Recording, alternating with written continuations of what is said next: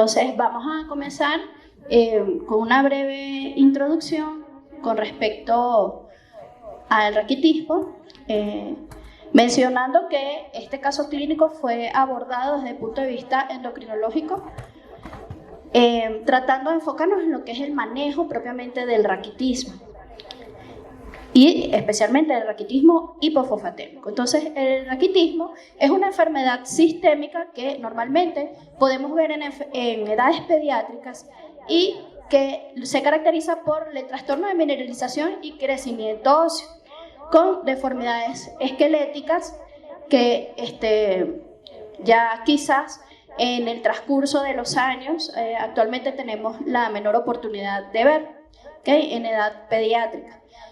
Caracterizada por pacientes con genus recurvatum, genus varum, que vemos en la aparición de la edad pediátrica, que se exacerba a medida de que evoluciona la enfermedad del paciente, y otros hallazgos como el dolicocéfalo, braquicéfalo.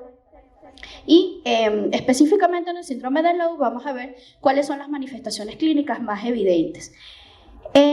Puntualmente hablando del raquitismo hipofosfatémico dependiente e independiente de FF23, es la última, digamos, clasificación que se utiliza actualmente para evaluar y diagnosticar el raquitismo. Entonces vamos a abordar lo que es el raquitismo hipofosfatémico independiente del factor de crecimiento fibroblástico 23, y se caracteriza por ser un conjunto de defectos del transporte renal de fosfato que es secundario a una tubulopatía que conocemos normalmente como síndrome de Fanconi, y donde podemos ver niveles de factor de crecimiento fibroblástico 23 que son normales y que cursan con niveles normales e incluso elevados de 25-hidroxivitamina D.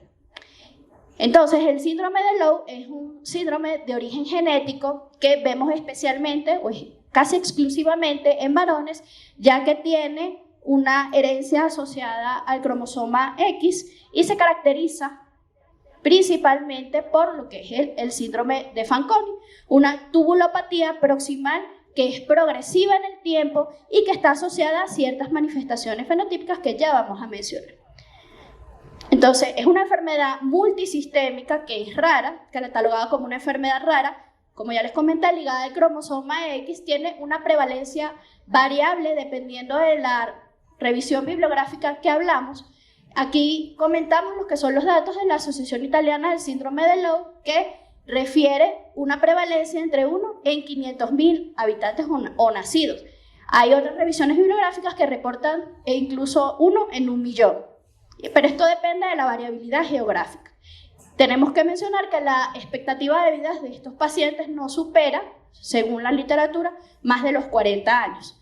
Clínicamente se caracteriza por la presencia de cataratas congénitas, un trastorno cognitivo global con un retraso del crecimiento del paciente, hipotonía, una tubulopatía renal proximal, especialmente podemos ver proteinuria de bajo peso molecular, aminoaciduria y, en menor grado, glucosuria.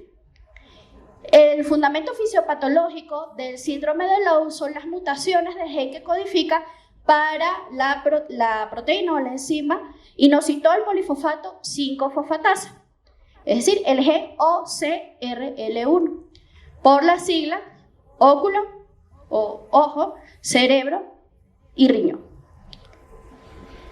Entonces, rápidamente, en este gráfico quería mencionarles que específicamente en el túbulo proximal es donde se absorbe aproximadamente 70% u 80% de todos los solutos que atraviesan lo que es el túbulo proximal. Hablando específicamente del fosfato, el fosfato depende de la indemnidad de un transporte de la membrana de la mucosa que recubre el túbulo proximal distal, que está conformado por un sistema ciliar. En este sistema ciliar podemos ver que está recubierto por una membrana de proteínas de gran peso molecular y de receptores que están encargados de lo que es el transporte endocítico y vesicular. Y podemos mencionar principalmente lo que es la proteína clatrina y la megalina. A través de estos grandes complejos que forman parte de la membrana del túbulo proximal, es donde ocurre el transporte de las membranas vesiculares, y entre los solutos que son transportados debemos mencionar la vitamina D. Y el defecto que vamos a observar en el síndrome de Lowe ocurre en lo que es el transporte endocítico temprano, donde podemos ver una acumulación aberrante de lo que son estas vesículas de transporte debido a una inactividad o poca actividad de la enzima ya mencionada.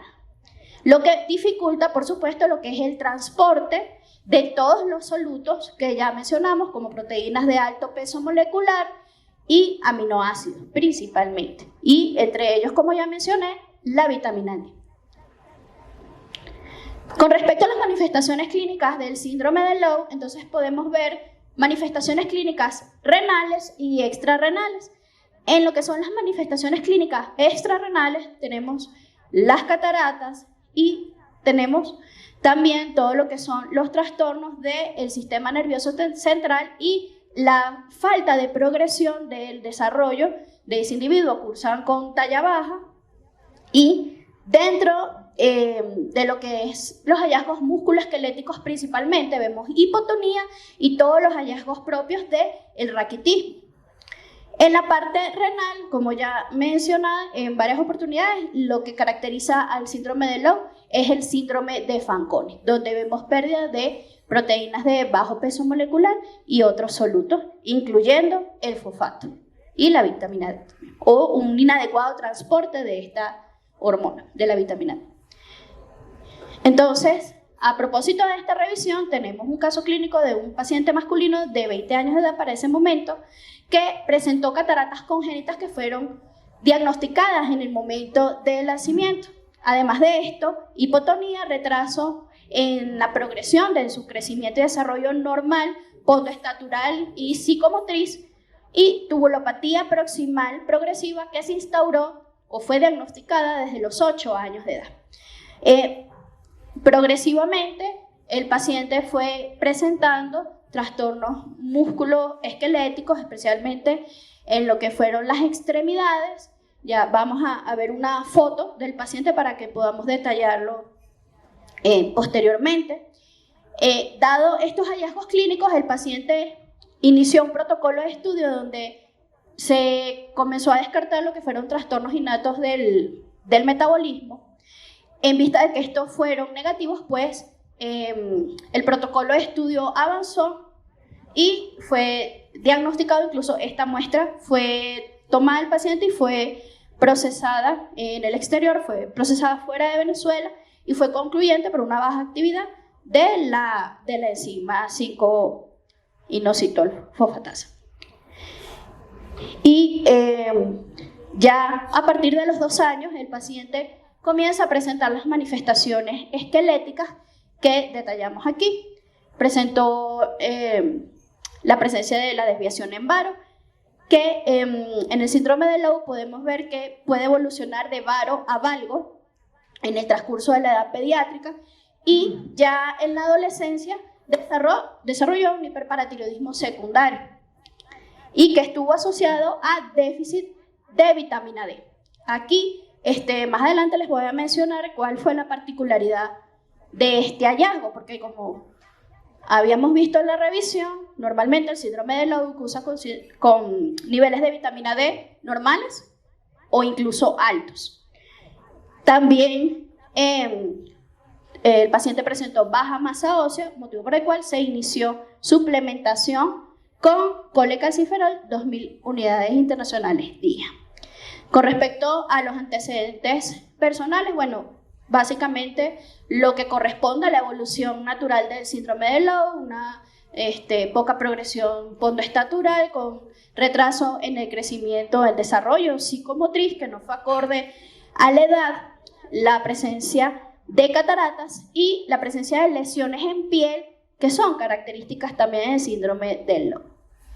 Entonces, aquí En el examen físico vamos a resaltar los hallazgos clínicos más resaltantes, donde vemos en piel múltiples lesiones maculopapilares, en cabeza braquicéfalo con prominencia de la región frontal, hipoplasia del tercio medio facial frontal, pabellones auriculares de baja implantación.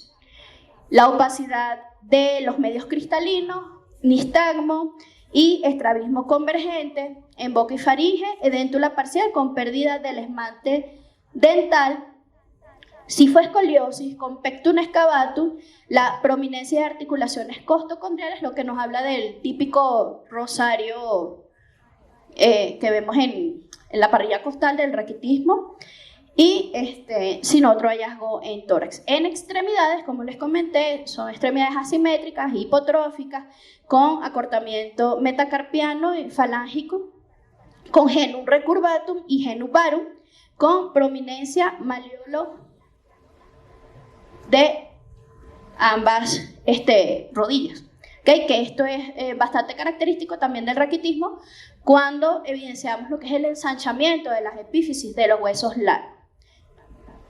Y en la esfera neurológica, bueno, bastante difícil de explorar debido a que el paciente irritable, agresivo, con un retraso global cognitivo de todas las funciones cerebrales superiores, con un poco desarrollo del lenguaje hipotónico. Entonces, en cuanto a los paraclínicos, quería traerles lo que fue esta curva de PTH que se realizó en el paciente para evaluar cómo iba la evolución bioquímica del hiperparatiroidismo secundario que el paciente desarrolló en su evolución natural de enfermedad. Vemos cómo en el año 2011 vemos hiperparatiroidismo que fue, digamos, medido de manera progresiva, variable, y que al iniciar, ya para el año 2014, ya cuando el paciente era adolescente, la suplementación con colecalciferol, los niveles de PTH disminuyeron progresivamente a medida de que mejoraron los niveles de 25-hidroxivitamina D, que ya les voy a mostrar una tabla. Para este momento, en agosto del 2014, se suspendió la suplementación con colecalciferol y posteriormente vemos un repunte importante de lo que fueron los valores de PTH, ¿okay? Lo que nos habla de una recaída del hiperparatiroidismo. Aquí, como vemos también en esta tabla, y lo que podemos recalcar es una elevación progresiva de los niveles de creatinina, de depuración de creatinina y de proteinuria progresiva en el tiempo, así como hipofosfatemia. La particularidad con los niveles de 25-hidroxivitamina D, si ya mencionamos que el síndrome de Lowe cursaba con niveles normales o altos de vitamina D, porque este paciente tenía niveles de vitamina D bajos. Bueno, cabe mencionar que, bueno, digamos que entre otras dificultades socioeconómicas y culturales del momento histórico del paciente, también tenemos que mencionar que el paciente consumía o era administrado en ese momento tratamiento anticonvulsivante, que puede ser un factor de riesgo para el déficit de vitamina D, para la absorción de vitamina D. Entonces, esta fue, digamos, la causa más preponderante que se tomó en cuenta para este hallazgo. Se le realizó un eco de tiroides, paratiroides, donde se evidenció una lesión compatible con hiperparatiroidismo o hiperplasia o hipertrofia de la paratiroides superior izquierda. Fue evaluada la densidad mineral ósea. Aquí lo que quería recalcar es que inicialmente, cuando se comenzó la evaluación del paciente, vemos una baja masa ósea importante, no tenía fracturas el paciente, y posterior al inicio de la suplementación con colecalciferol vemos una importante mejoría de lo que fue la densidad mineral ósea, con cambios mínimos significativos importantes en el estudio. Entonces ya en la discusión tenemos que abordar lo que es la enfermedad renal crónica y el raquitismo hipofosfatémico. ¿Cuál es el abordaje para el plan de tratamiento de estos pacientes? ¿Okay? Entonces tenemos que recalcar que la enfermedad renal crónica que vemos en el síndrome de Lowe es secundaria al síndrome de Fanconi, a la tubulopatía proximal distal que vemos en estos pacientes. Y que una de las metas del tratamiento, uno de los objetivos del tratamiento del paciente con raquitismo hipofosfatémico independiente de FGF23 es evitar la presencia o la aparición de hiperparatiroidismo en estos pacientes, lo que también contribuye al aumento de la morbimortalidad de los mismos. ¿Okay? Y que ya cuando la enfermedad renal crónica avanza ya a estadio 3, incluso más avanzadas, ya pues debemos instaurar un tratamiento y una evaluación estricta, una vigilancia estricta del metabolismo fosfocálcico. Entonces, para estos pacientes se sugiere la suplementación con calcitriol o análogos de vitamina D, ya a partir de la enfermedad renal crónica estadio 3, y también en aquellos pacientes que no responden al tratamiento de primera línea, como ya mencioné, se plantea el uso de calcimiméticos o incluso cirugía, dependiendo de la evolución del paciente posterior a la instauración de estos análogos. Cabe mencionar que se hace énfasis especialmente en el raquitismo hipofosfatémico, el uso de análogos de vitamina D más que del calcitriol debido al riesgo de desarrollar nefrocalcinosis. También les menciono que estas sugerencias están hechas en la guía de la enfermedad renal crónica metabólica ósea del 2009 de la CADIGO, y en el 2017 de su revisión se mantienen estas sugerencias. Entonces, el objetivo del tratamiento del raquitismo hipofosfatémico es corregir inicialmente la hipofosfatemia para reducir todo lo que son las manifestaciones esqueléticas de los pacientes, y debe iniciarse la suplementación con fosfato cuando el índice de la tasa de resorción de fosfato está baja, está disminuido, y la dosis de inicio dependiendo también de la bibliografía, puede variar entre 40 a 70 miligramos por kilogramo de peso, no superando los 2.5 gramos por kilo día de fosfato. También, como ya les mencioné, lo que son el uso de análogos de vitamina D. Entonces, como conclusión, el síndrome de Lowe es una enfermedad rara que está asociada a raquitismo hipofosfatémico, que es secundario a una tubulopatía proximal, y el papel de nosotros como endocrinos es resaltar que el raquitismo hipofosfatémico y el hiperparatiroidismo secundario aumenta la morbimortalidad de estos pacientes. De hecho, es una de las principales causas. Y que el manejo de la hipofosfatemia es, digamos, una de las prioridades en el caso, con el uso de análogos de vitamina D, que van a corregir lo que son los hallazgos del raquitismo que vemos de manera secundaria. Muchas gracias.